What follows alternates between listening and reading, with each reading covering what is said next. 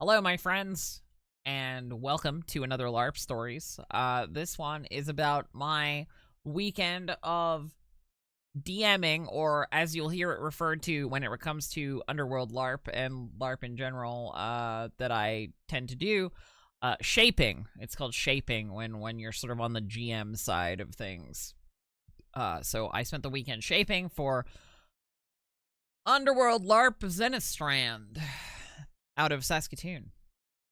Very, very cool folks. I've done lots and lots of stuff with them. I'm sure you've heard stories about all of that before, but I've been on the plot team for the last couple months, and I've been seeing things from the other side of the game, the non-player side, the organizational, the writing side, the plot side. It's very interesting. It's a very interesting sort of position because it's sort of similar to being a tabletop GM, but like not entirely. Because it's not just you, right? It's you and 4 other people who are writing stuff and the NPCs who play those things and the players who like shift into, you know, be these NPCs as well. So you don't really have like full control, right? You have to just operate as best you can.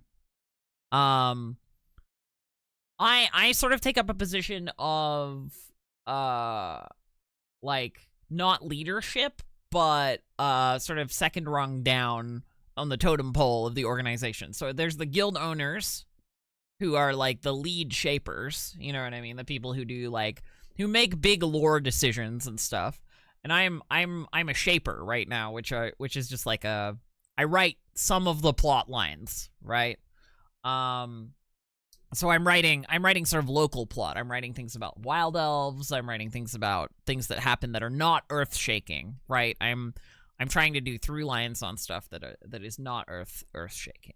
For instance, I've basically been given, you know, free reign with a couple of the wild elven tribes in the area, the Vulture tribe being one of them, and the coyote tribe being the other, and the conflict between those two is something that I've been put in charge of. The other thing is some Woodfay merchants. I've been deemed the person to write for, so I've been working on those. We have a little meeting before a game, and we make sure everything's written down, and we have like a little book of our mods to go out for the weekend. A mod is like a module, like a one event thing. You know what I mean? Like bandits attack. That's a module, right? A mod. So you might hear me refer to mods. There, now we've got the lingo out of the way. I can start talking about what I was doing this weekend. So I was up in plot camp this weekend doing stuff. Friday night, we didn't get started until pretty late because most of the team didn't get there until pretty late, and, you know, it was kind of a whole thing. The plot cabin needed a lot of reorganizing because the last event that had happened there was somebody else's event, and the event before that was Warcry. The big event that, if you want to hear about what I did during that, it's on my YouTube. So basically, plot cabin was an entire disarray and needed full reorganizing. So a lot of Friday night was like moving stuff around, putting shelves and different, you know, reorganizing stuff, getting all the costume bins together, because like the camp is made up of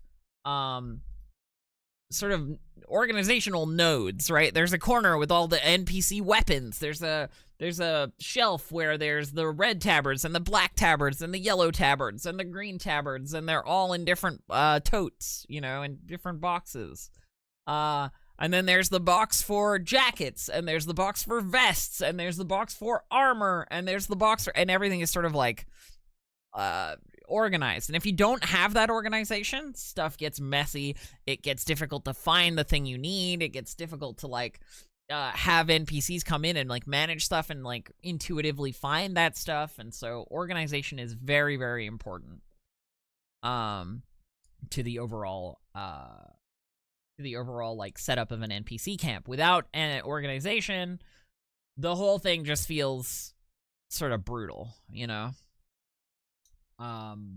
you know, going through all the makeup that you're going to need over the weekend, the various things, and making sure the makeup station is, like, clean and ready to go for when you need, like, black makeup or green makeup or whatever.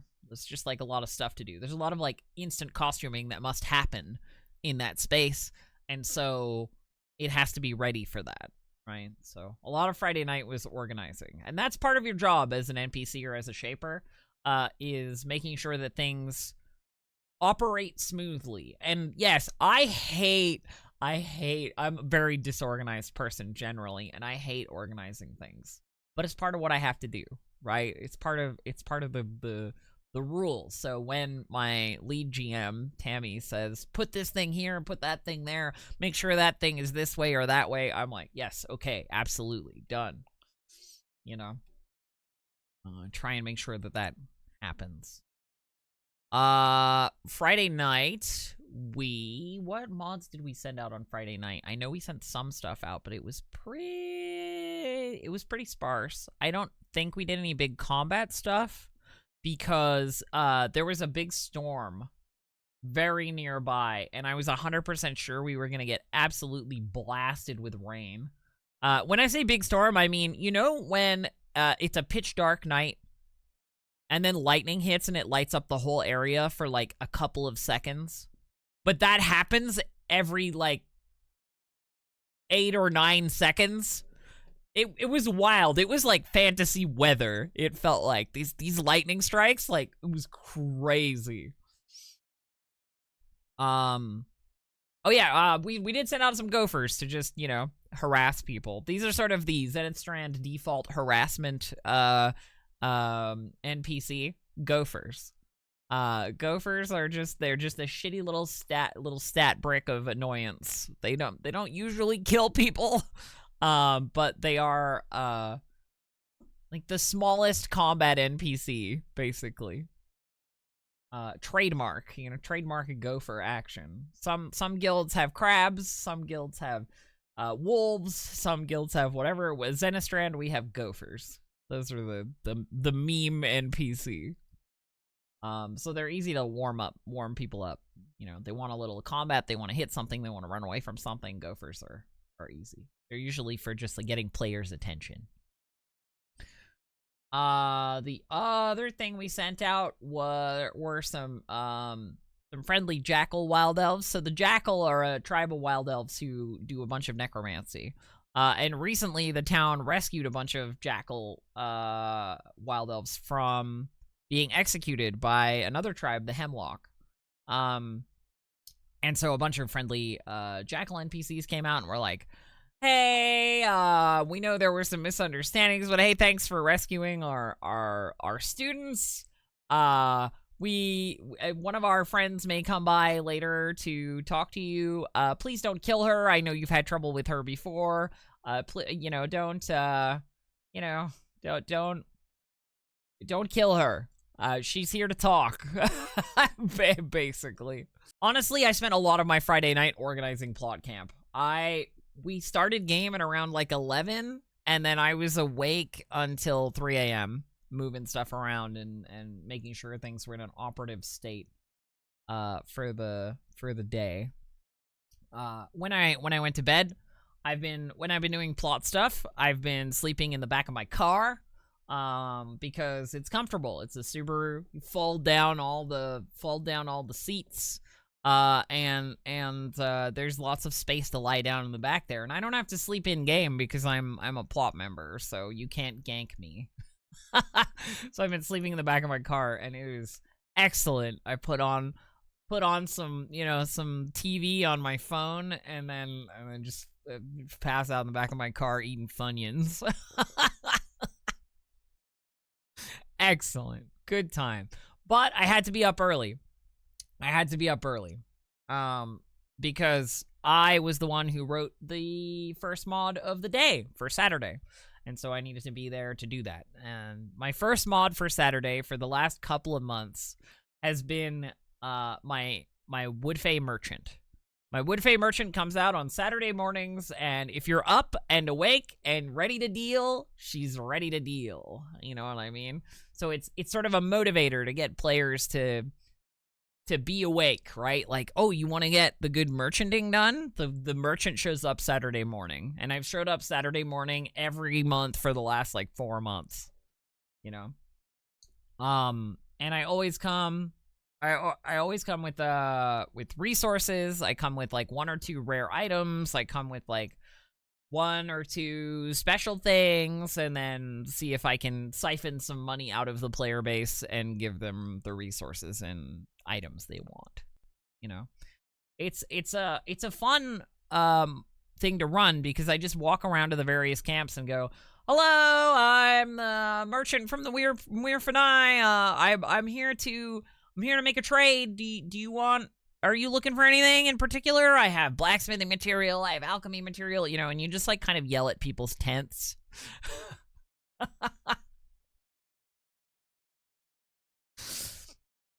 And sometimes you get a, whoa, okay, hold on 1 second, and then you hear someone just like blearily waking up. Occasionally I've gotten a go away. Which is always fun. But basically every time that merchant has been out, she has been completely sold out. She sells everything that she brings out and then leaves, right? Which has been good. I think to me that proves that I'm bringing stuff that people want to buy. That my inventory is worth the coin, you know? So I think I've been anticipating player-based needs in a way that feels good. Because I've been writing that merchant. So. I don't know. It's nice. Everything kind of blurs together when you're on plot. I'm not gonna lie. So my timeline of events is a little bit wonky, and generally not super accurate. I think there were some more gophers that went out because they're an easy wake up. Then I know that there were a bunch of oh no, that was the first thing that I did Saturday morning. So one of the big plot points of the entirety of the weekend was that there's a pirate election going on. The election for the King of Biliastrav, which is the pirate island nearby. And all the pirate ships had like been docking and making their cases for why they should be the king of pirates, right? And the players get to sort of influence that. And I get to play. My NPC, established by me playing them previously, is the record keeper of Biliastrav, the real power behind the throne, the dark elf, Lucia Lucky Argentis. And they call her Lucky because she's had the position for 400 years. And anyone who challenges her for that position seems to surprisingly end up not showing up to their appointed dueling time to challenge her. It's weird, you know? How so many people just challenge her and then disappear. They must be scared. So, you know, she's that kind of dark elf, right? Obviously, they're cowards. Yeah, she's definitely not killing them before they get to the challenge. But so I get to play the record, and the record, she's awesome. And I got to come out early in the morning and sort of hand out flyers with my co-shaper Will, whose mod it was, like who had written the pirate stuff for the weekend. So if you liked any of the pirate stuff, that was Will. Will wrote that. Okay, for those of you who went to the game and are listening to this, because I know you do. But so, Will and I went out and, like, distributed some flyers, basically, that were like, here's the information about the pirate election. Had a chat with some people and came back to plot camp. Sometimes a mod is just sending out an NPC to talk to people, you know?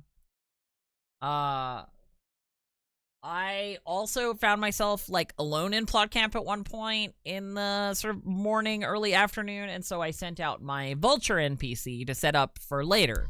So, I remember that the town has decided somewhat to not get involved in Wild Elven politics. And so before I send a character to go and try and hook a mod, that being like hook players onto the mods happening and bring them to where it's happening, I want to make sure that I'm not going to set up a bunch of NPCs and then have nobody show up. So I send my wild elven Vulture tribe elf, whose name is Carcass, to go and talk to some people beforehand, because the plot for the last couple of months has been that the coyote tribe have been stealing stuff from town, and you know, we've been going into people's cabins and houses and tents and taking things and selling them back to them and just being miscreants and assholes. And this month I was charged with giving the players an opportunity to get revenge on the coyote if they want to. So this mod that I've written was Vulture tribe and Carcass had found the location of where the coyote tribe were keeping their secret stash, and she would be more than happy to lead the players there so that they could kill all the coyote for her, and they can have whatever they find. That's fine. Dead coyote are their own reward to the Vulture tribe, you know? And so I wanted to make sure that if that was going to happen, that it wouldn't just be like, okay, let's go do it, and nobody comes with me. So I went out as my Vulture tribe NPC a little beforehand to just talk to people and be like, say I knew where the coyote were hiding their loot. Would you want to come and, I don't know, kill them and like take the loot? You can have the loot. I don't even care about that. You just got to leave me the bodies and the, kill the coyote. That's all I want, right? And some of the time people were receptive to that. Some of the time they weren't, but I got enough yeses from enough people that I thought could handle the fighting, that I ticked off in my mind that I would come back and call them in and we would go do that, right? So just sort of like doing an in-character, in-game check of whether or not that is something the players would want to do, right? I didn't have to go up to them and ask, hey, would you want to do a thing with Coyote, like out of game? I just in-game used my NPC to ask the question, right? And that kind of worked. A couple of the players are very bloodthirsty, so it really works out for me. They're like, oh, killing? Hell yeah! I don't care what it is, let's fucking go! Which, works out for me. Yeah, so I sent out my Vulture to do that. Then I think I took a break for lunch. I went back to my car, got my food supplies, had a snack, and generally chilled out for about 20 minutes while I ate. And then back to plot camp for whatever comes next. We did a couple of combat mods that I thought were really awesome over Saturday, but the game was quieter than usual in terms of combat because everybody was tired. It was only 2 weeks ago that we did Warcry, which is the big fuck off huge event for Underworld, sort of yearly, and it was done by this team in this place, you know what I mean? So everybody's kind of tired. But one of the things we were doing was testing monsters in the newly updated monster manual. So there were a couple of mods that were basically just like, let's try some new demons. Let's try some new undead. Let's try some new brood, you know? These kinds of things. To see how they play in reaction to players. The brood mod in particular I really liked. And so to explain, the brood are insectoid hive mind creatures. Think Zerg, think Tyrannid. You're on the right track, right? They're chitinous insects that work in a hive mind.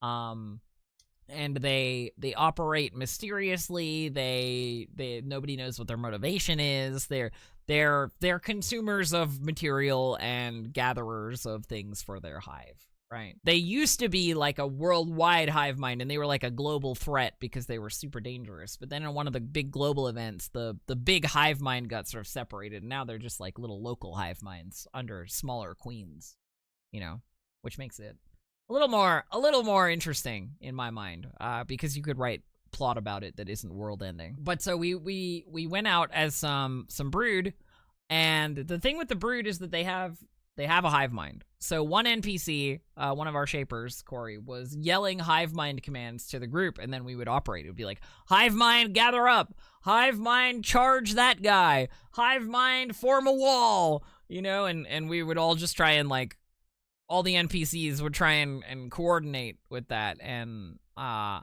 think Brood are good enemies because they're threatening, but they're not immune to a lot of stuff. They have a glaring weakness, which is that mind-affecting things make them explode, at least the normal soldiers. So they're easy to kill. They're not super tough, but they spit acid, and they operate cohesively a lot of the time, which is different from some NPC situations, right? So I played a normal little soldier, and I died about 12 times, you know, running back and forth and spawning when I'm told to, and just doing little NPC soldier stuff. And I was exhausted by the end of it because you don't realize how tired you get while you're fighting at a LARP until you literally just have to keep going until someone tells you to stop. I was very tired by the end. Our lead shaper, Tammy, was playing the Tanker Brood, which is like a big behemoth brood that spits a ton of acid and is just like slow moving and like the central figure of a brood attack. And then one of our other GMs, Wayne, was playing a Shield Brood, and Shield Brood just have one shield on each arm, and they just block for the tanker. Right? They just get in the way of like spells or attacks or whatever, and they just block for the tanker, and they're like immune to basically everything if it hits their shields. And then one of our NPCs, Mache, was playing a Boomer Brood. Boomer Brood are so funny because their entire job is run in and explode. So, like, basically all Brood have an explosive death effect where they pop and they deal acid damage all around them. So you don't want to be near them when they fall down. But the Boomer Brood literally just charges in and activates its explosive death and then explodes and deals acid damage to everything in an area. It's excellent. It's very dangerous. And Mache looked like he was having a lot of fun. He was waving his hands in the air, running in, you know, like so funny. It was a good time. It was a good time. I really enjoyed that Brood combat mod. We also did the Coyote ambush. So players did in fact want to come and kill some Coyote wild elves. And so me as my Vulture tribe wild elf, I led them to go kill some coyotes, you know? And generally, how it worked was I took them to a little isolated alcove in the trees. And in that little isolated alcove, I had set up a web trap, which is just like a bunch of string, you know, and if you touch the string, you take damage, and a chest behind it. So they had to step through the trap wires to get to the chest, which is where the coyote were storing all their stuff. But also they had to go through the Coyote tribe wild elves. And now, so imagine, if you will, the skeeziest bunch of like roguish wild elves that exists. I mean, kind of stupid, dumb, but like also vicious when backed into a corner. Like everything that they own is stolen, and they spend so much time trying to survive. They've never really been educated, if you know what I mean.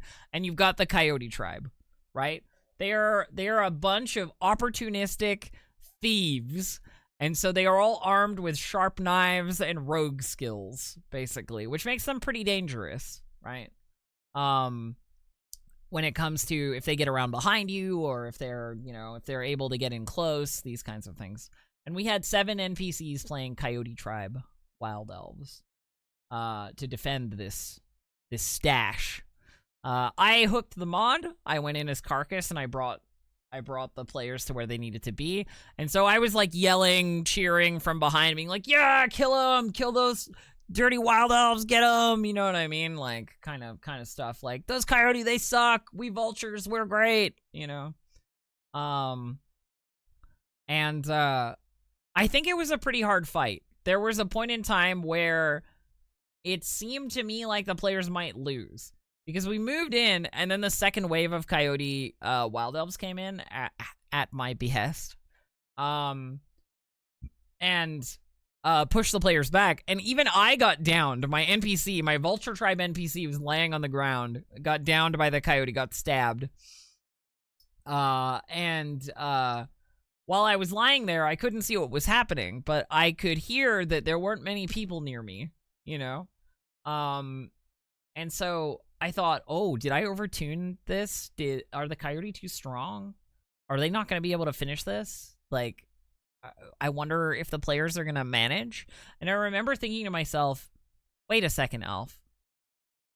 That's not the problem. If they didn't bring enough people, if they're not strong enough, that's their fault. That's not my fault. I made the mod the way I made it, and if they die, they die. And that's okay. And it's okay that players don't always win. And I'm thinking this to myself, and I'm going like, okay, that's fine.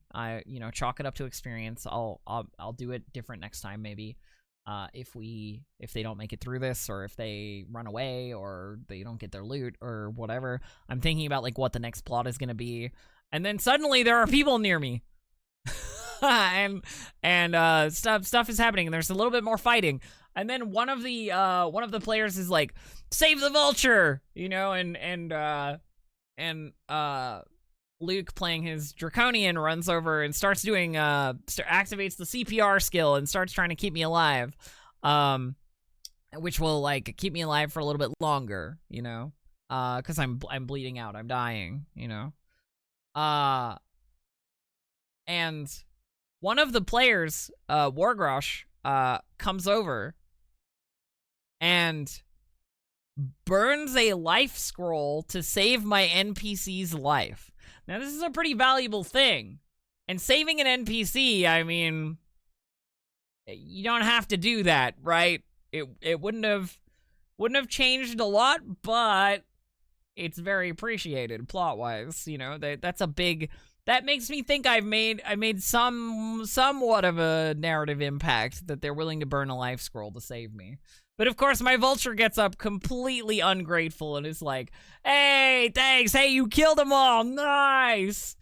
Okay, well done, you know, and all that. And it's just like, well, good stuff. Here, you can have a reward for saving me, and like gives them 1 gold, which is like 1/10 of the value of a life scroll. But they got the chest, and they took it away, and they, you know, they went to divvy up the spoils. I don't know what happened to the spoils after that, and it doesn't really matter to me, right?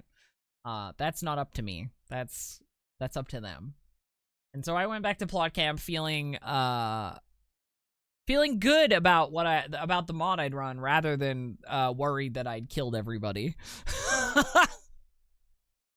I think my thing is I tend to underpower stuff rather than overpower it. Like, my enemies, I tend to aim for a mid-low range rather than a high range. So when I was like, oh, the rogues, that'll be dangerous, I probably overestimated their danger. I don't know. It's hard to say. These things you really can only resolve in the moment. It really depends on what players are there, because the level disparity is so crazy, right?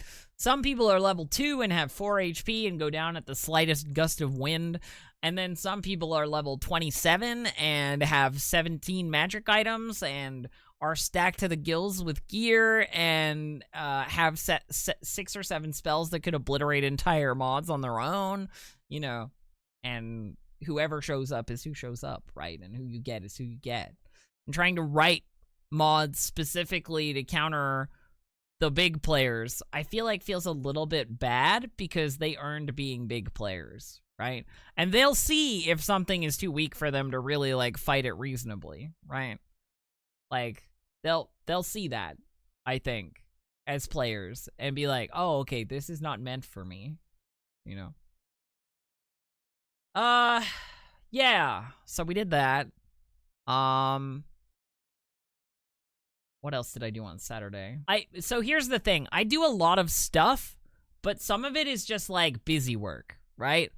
Some of it is like run a message to this person, or whisper in the ear of this person, or organize things from plot camp and write some tags, or answer player questions, or, right? Like, there's quite a lot of stuff that I do that isn't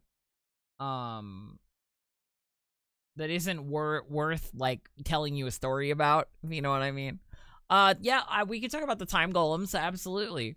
So I think this mod was about exposition. I don't really know what the content of the mod was. This was written by one of our lead shapers. I don't know which one. But it was like some storytelling about some stuff that has been happening. But to do it, they opened like a portal to the past to see the events of the past. And in doing so, angered Vesmir, the god of time, who doesn't like when you do stuff like that. And some golems were sent, some time cops were sent, and they're like, they're basically like constructs sent to enforce the timeline, you know? And so they appeared while they were looking through the portal to see this exposition. And were like, stop, halt in the name of Vesmir. All time anomalies must be purged. And then started walking around, robots swinging at people. And one of the players is a paladin of Vesmir. And I really thought he might intervene. And I ended up next to him at one point, and he channeled something from Vesmir. He cast a Vesmir spell, and I looked at him, and I said in my robot voice, "Why are you among the anomalies?" And he said, "Well, it's not really that, I don't know why you're here." And I'm like, "Because Vesmir wills it." And he's like, "Oh, Vesmir wills it? Oh, okay, just go ahead, kill him." Yeah.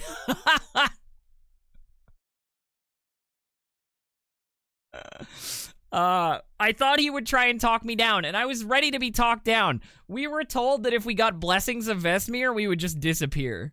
You know, if the paladin of Vesmir stepped in, that we would just be like sent away. But he was very much like, I don't want to get in the way of whatever Vesmir wants, and like stepped back to let us fight the other players. Which I thought was fun. They weren't too strong, those things, though. They did have a really nasty spell strike paralysis, which is bad. You know, you don't want to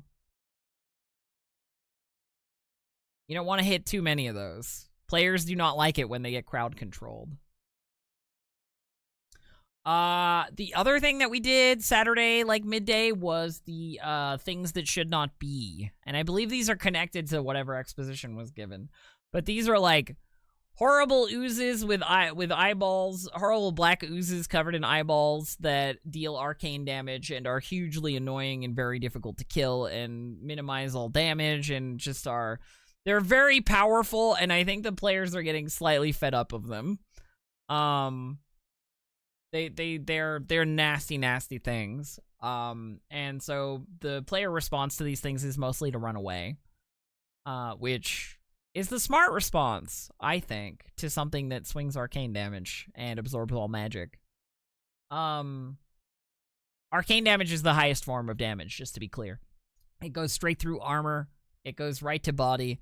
Nothing can block it. You can't call defenses against it.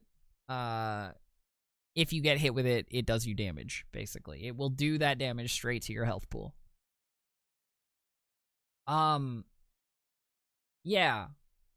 I sort of recognize that these things are strong, and so I slow myself down just a little bit when I'm playing them to give players a chance to run or back out or what have you. Enough of the NPCs are going full tilt that I don't need to, so I don't. And I did have sort of a bad situation at one point on an out-of-game level. I get that monsters can be frustrating, right? I get that some things are strong and you feel like you can't do anything about them, right? But when a player basically stops playing the game and stands there and just lets me hit them and doesn't react and doesn't respond and is like pouting, and then I ask if anything's wrong, and what I get back is like, well, you guys aren't taking damage, and these things are bullshit, and they absorb all magic, and like, well, so what am I gonna do? I'm not gonna do anything if you're not gonna do anything. And, like, I didn't write this. I didn't... This wasn't... I'm just running the thing that I'm being, you know, I'm being directed to run. With the stats that I have been directed to run them with, right? I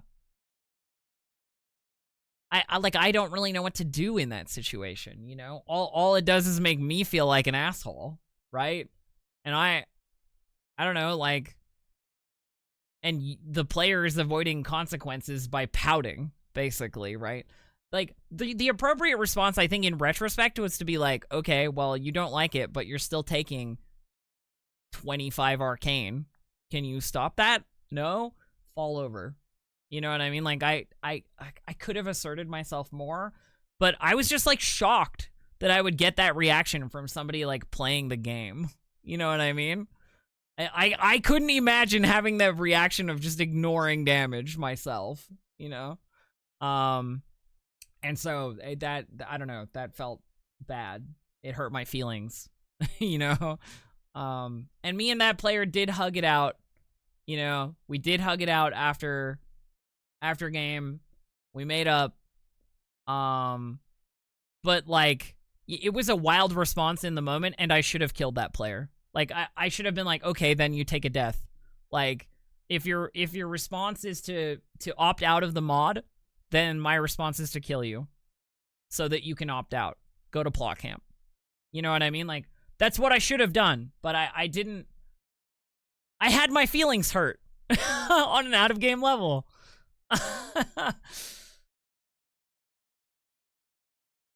So...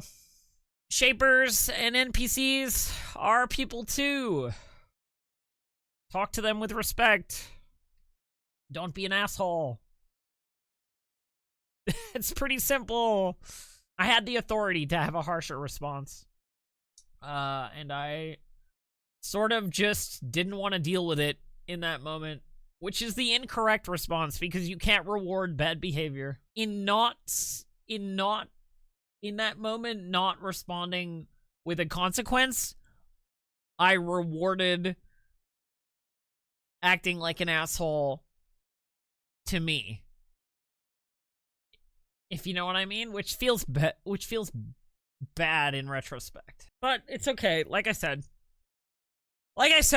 me and that player are cool. I just hope that they realize they shouldn't do that shit.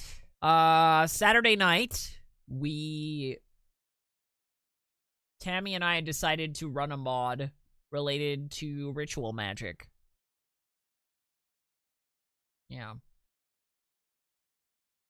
Tammy, who is the lead GM, has been playing this character called Samara. And Samara is a fallen angel of the god of magic, basically. And so, now that she's gained some of her independence back from whatever thing was preventing that, she feels entitled to magic. As you might. And she's decided she wants to make an item that will write ritual scrolls. Because in-game, the only way to get a ritual scroll is to buy one. There is no crafting skill regarding ritual scrolls. And so, she gathered a cabal of players, a large cabal, so I don't feel bad telling this story. And also, one of the people involved said I could tell anything involving them, so haha, haha, you gave me permission. Gathered a large cabal of players who were ritual casters or magic inclined, and went to the ley line, which is in like a castle, a fort on the land, to cast a ritual above the level of ritual that exists, improvising a ritual to try and create a magic item that will allow them to write their own ritual scrolls. A quill. A magic quill. I got to tag along for this because they need a ritual marshal, which is someone who can, like, watch a ritual happening and add stones to the ritual bag if things go wrong, or, you know, basically do the out-of-game coordination for a ritual. So there's a whole rule set around doing ritual magic. It's the higher level magic. So think of your, like, level 1 to 9 spells. The rituals are the spells above level 9. right? And they require prep, and they require specific actions and specific props and specific, like, all that kind of stuff. A ritual circle, these kinds of things, right? And the way that the marshal operates these things is there's a bag of stones, white stones, black stones, and red stones. Also yellow stones and clear stones, but it's less important. And every time the people doing the ritual do something wrong, you put a black stone in. And a black stone means the ritual will fail, basically, if they pull that stone at the end. So the marshal is there to sort of make sure that they are performing the magic correctly and give them the commensurate chance for the magic to succeed based on how correctly they perform the ritual. Basically. It's really dark.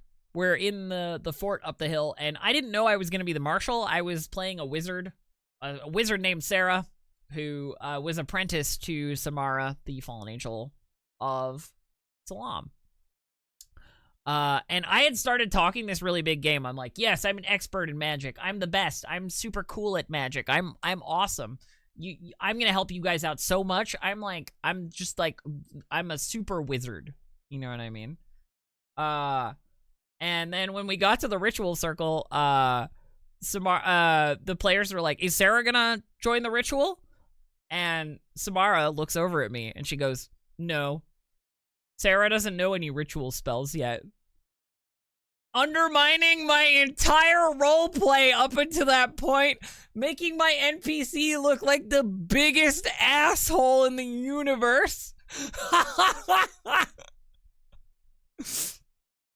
And it's this moment where I'm like, oh, okay, you're gonna do me like that. All right. You know what I mean? Because it's like, I've got a yes and here. They've said I don't have rituals. Okay, I don't have rituals, you know, and we hadn't really written the stats for this character. We were just seat of our pantsing it, right? So Samara said I don't have rituals. So I turned to the rest of everybody's like, wait, Sarah, you don't even have ritual spells? You were talking such a big game. And I'm like, well, I'm good at lots of magical stuff. I know so many spells. I just haven't gotten to the ritual part yet, you know, and I got to like role play it a little bit. And then I was the marshal, so it makes sense that I'm not involved in the ritual. Anyway, they perform a ritual, basically improvised, casting from level 10, a level 10 ritual, which is the highest you can, and the ritual was being cast at level 12 or 11, which is actually higher than highest player slots can get. So they were doing a ritual as improvised via the direction of Samara, of Tammy's NPC. And I was watching. It was sort of hard to marshal a ritual that was being improvised. Obviously, I was looking for people crossing the line. I was looking for miscants or anything like that, you know? And I ended up putting one extra blackstone in for a miscanted spell. That was it. And so we also had in there a single clear stone for the fact that it was being cast on the ley line and with Samara. I don't know what the clear stone does. It has not been explained to me. I am not privy to the secret world lore information. I just know there was a clear stone in there and that it was special and good. The bag of stones, there were 17 stones in it by the end. A bunch for the secondary casters, the yellow stones, which are like assistant stones. A bunch of white stones, a bunch of black stones, and a red stone. And the clear stone. There were about 17 stones in the bag. I shake it up at the end. I offer it out for them to pull a stone to see what kind of success they get or failure. And they pulled the fucking clear stone. They pulled the clear stone. The 1 in 17. How? Why? I don't know what it does. And so there were some random effects, and the random effects had everybody teleported to plot camp, basically. Everybody who was watching and everybody in the ritual circle and all the items in the area around, all gone, teleported to plot camp. And so we all walked back to plot camp to talk about what was going to happen. Oh, before everything got teleported, they saw that they had successfully made the quill. The quill exists. They don't know where it is because it's been teleported away, but it exists. They have successfully made it. It is an object that is real. You know, like they saw that it had resolved and that it was very magical. Anyway, they get teleported to plot camp.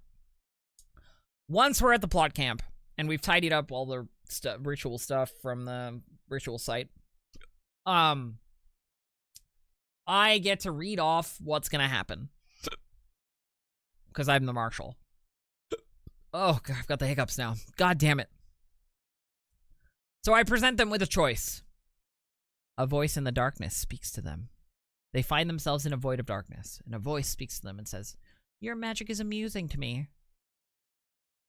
You have a few choices. 1, stay here and talk to me. Find out what I'm all about. 2, I could help you with your magic, but I'll give you a time limit, 10 minutes. Or 3, I send you on your way. You just go on your way. We forget this ever happened." And so, the 20 or so players that were like arrayed there, it wasn't 20, it was like 15 or I don't know. It was a lot of players. All got to choose what they wanted to do.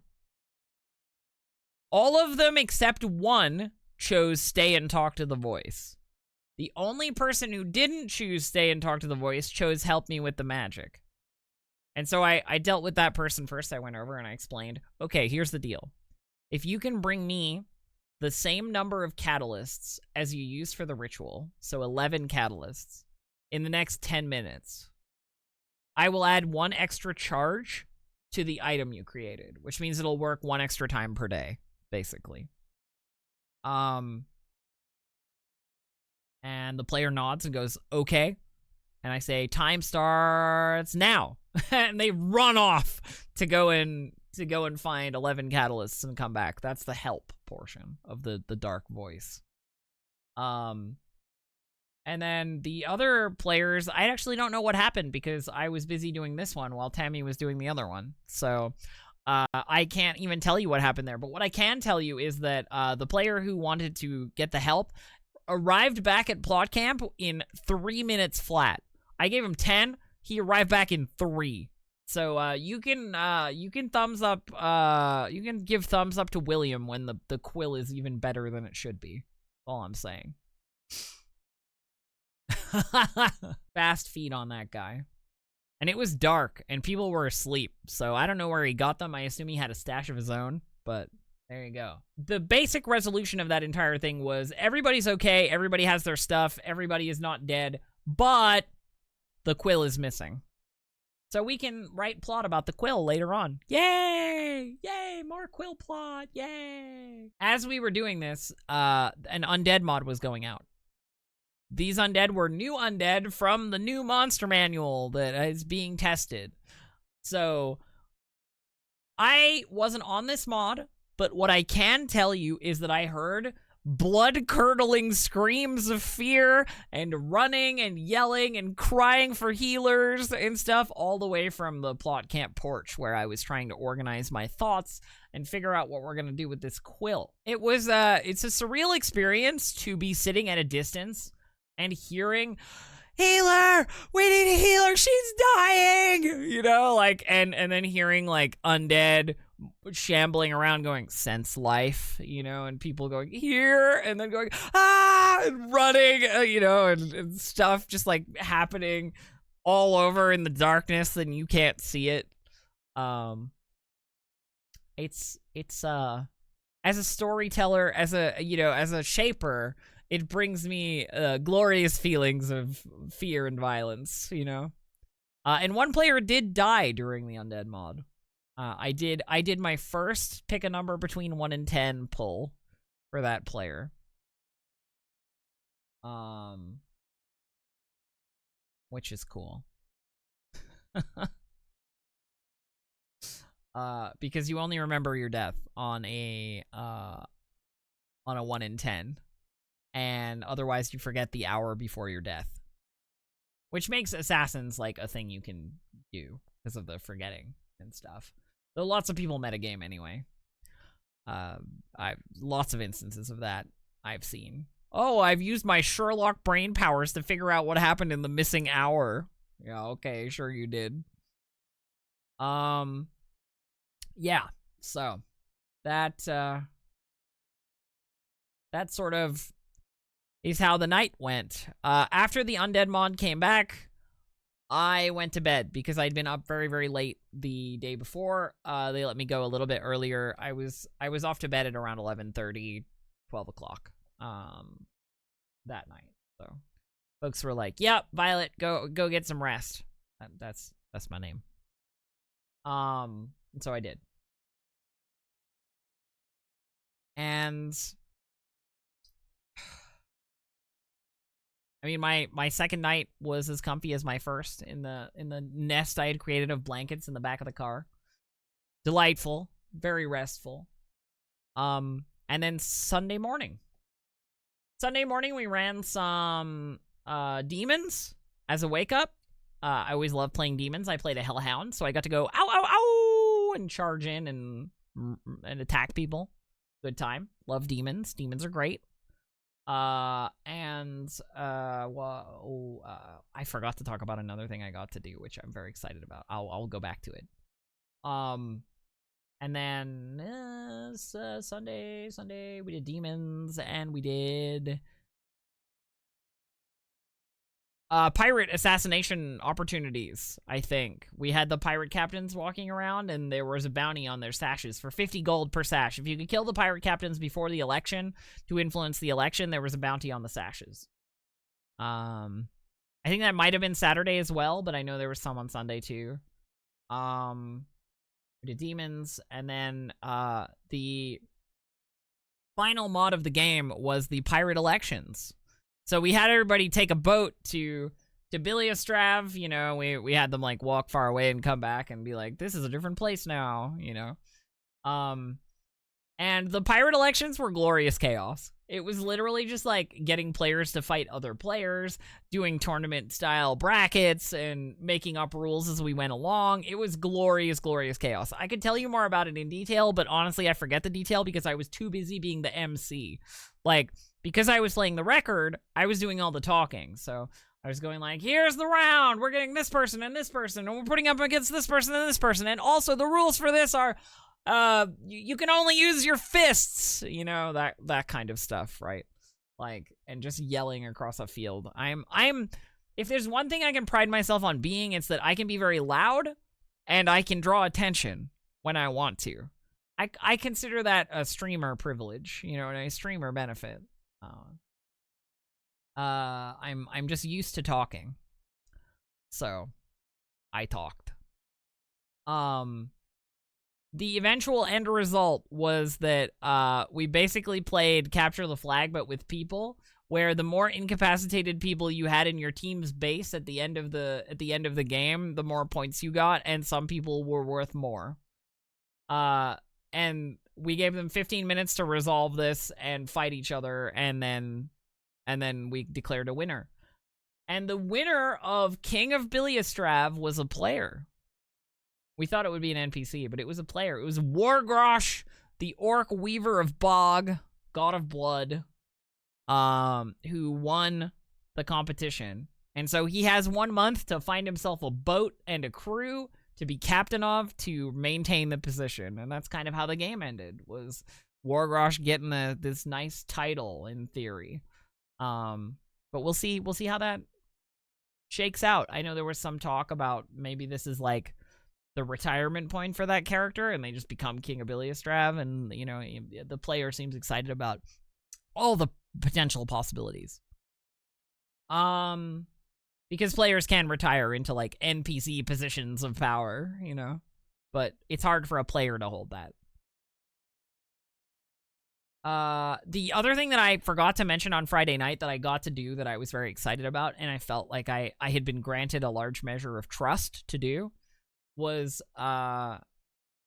Tammy asked if I wanted to play one of the guild's Galbrazu. And so Galbrazu in Underworld terms are unstatted demons, basically. So they're demons whose stats are question mark, question mark, question mark, question mark, right? They are meant to go out and interact with players and talk to them and tempt them and engage them. But to fight them, you basically would need everyone, or the, you know, a concerted effort from an entire player base or what have you. Like, they are very, very, very, very, very, very, very, very, very, very strong. They are season ender boss strong. You know what I mean? And so usually they are only played by the guild masters, like the people who own the guild. And so being told that I could play one and go out and do some, you know, some bullshitting with the players was, I don't know, I felt blessed. I felt trusted, and that's nice, you know? I played a Galbrazu whose name is Greed, but who goes by the name Cash. And so I just put on my skeeziest wheeling and dealingest voice on Friday night and went out to try and get people to negotiate for stuff. I remember one conversation, somebody asked, they were like, well, could you get me cornbread? And I looked at them and I said, yeah, I could get you cornbread. All you got to do is give me your true name and I'll get you all the cornbread you could want. And she's like, oh, I don't know if I want to pay my true name. And everybody around her is like, don't do it. Don't do it. Don't do it. You know?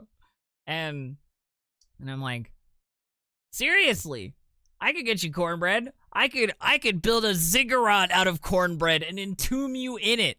I can get anything you want, you know? And they're like, is the cornbread gonna be fresh? And I'm like, sure, now that you've mentioned that you want it to be fresh, absolutely. That's a very good stipulation to have. You know, that kind of shit. Just like being a shitter, being an asshole, demon, and trying to get people to make deals for their soul, basically. Demons are a fast track to power. You can get some very, very powerful stuff dealing with demons. You can get very powerful magic items. You can get very powerful spells. It's how you get access to witchcraft, for example. But there's always a big cost, and that cost is that the demon basically owns you. So that can bite you in the butt. Also, usually making demon deals is illegal. But yeah. That's basically how the game went. I thought it was really good. I had a really good time. It was quieter than Warcry, obviously, because Warcry is go, go, go. And it was a nice sort of like wind down game for just like doing some stuff in the season. And I'm looking forward to writing more. The Coyote tribe stuff, reprisals are going to be interesting. I don't know what I'm going to write for that yet. I've got to do some stuff for the Vulture tribe for next month, and yeah, it's just nice sort of playing in my little sandbox. I feel like I'm writing in a sandbox while other people are sometimes writing in a world. But I like lower level non-world ending threats. You know, I like stuff that operates on a level that I can parse as a player, you know? I'm a much bigger fan of like the mayor of this town is corrupt and evil than I am like the emperor of the world is trying to resurrect a dragon to cause the apocalypse, right? Like that I live in the sweet spot of dangerous but not world ending. Relevant but not relevant outside of town, you know, kind of stuff. I thought the game was really good. It's hard to judge a game from players from plot side, because obviously I miss so much of it because I'm busy running other stuff or doing other things or rampaging around as various NPCs, and I thank everybody who interacts with my stuff. I appreciate that a lot. And it makes me feel good, and I hope the players had fun.